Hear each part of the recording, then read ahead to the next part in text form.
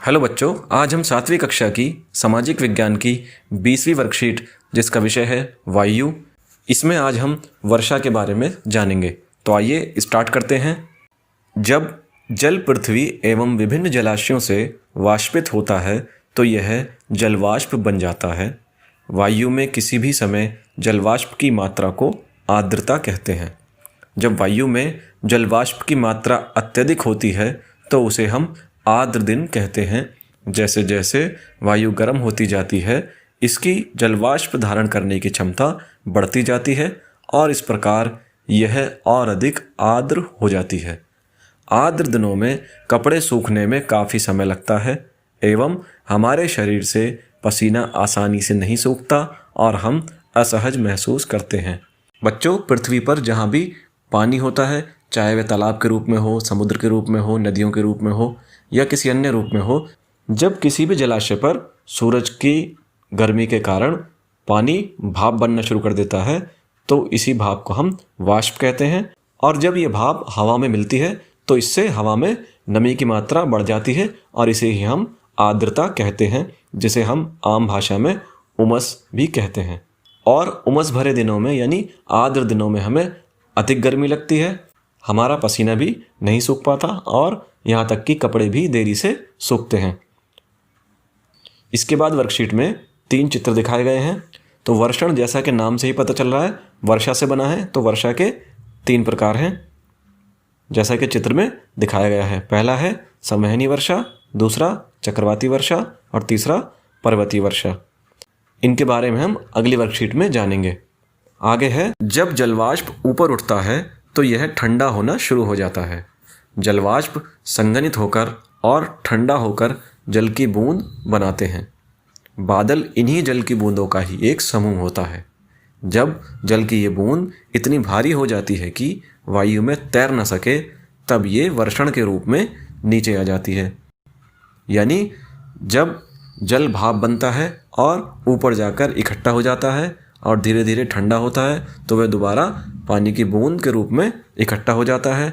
और जब ये बूंदें इकट्ठी होकर एक बड़े बादल का रूप ले लेती हैं और इतनी भारी हो जाती हैं कि ये हवा में ना तैर सकें, तब ये वर्षा के रूप में दोबारा धरती पर बरसने लगती हैं। आगे है, आकाश में उड़ते हुए जेट हवाई जहाज़ अपने पीछे सफ़ेद पथ चिन्ह छोड़ते हैं। इनके इंजन से निकली नमी संघनित हो जाती है। वायु के गतिमान न रहने की स्थिति में यह संघनित नमी कुछ देर तक पथ के रूप में दिखाई देती है। बच्चों, कई बार हमने आकाश में एक सफ़ेद पट्टी देखी होगी जो कि किसी जेट या हवाई जहाज़ के जाने के बाद दिखती है। तो ये असल में उस हवाई जहाज़ के इंजन से निकली हुई नमी होती है जो कि इकट्ठा होकर एक रेखा के रूप में दिखाई देती है। लेकिन ऐसा तभी होता है जब हवा गतिमान ना हो, यानी जब हवा ना चल रही हो। आगे है, पृथ्वी पर जल के रूप में गिरने वाला वर्षण वर्षा कहलाता है। ज़्यादातर भौम जल वर्षा जल से ही प्राप्त होता है। पौधे जल संरक्षण में मदद करते हैं।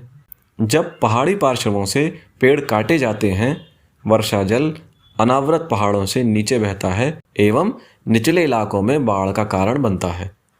तो पृथ्वी पर जो भी पानी के रूप में वर्षण होता है उसे हम वर्षा कहते हैं।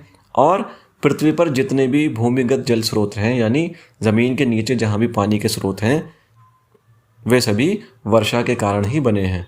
यानी बारिश होती है और ज़मीन पानी को सोखती है और वे नीचे कहीं इकट्ठा हो जाता है, जिसे हम नलकूप लगाकर और कुओं के माध्यम से बाद में आवश्यकता पड़ने पर निकालते हैं और प्रयोग करते हैं।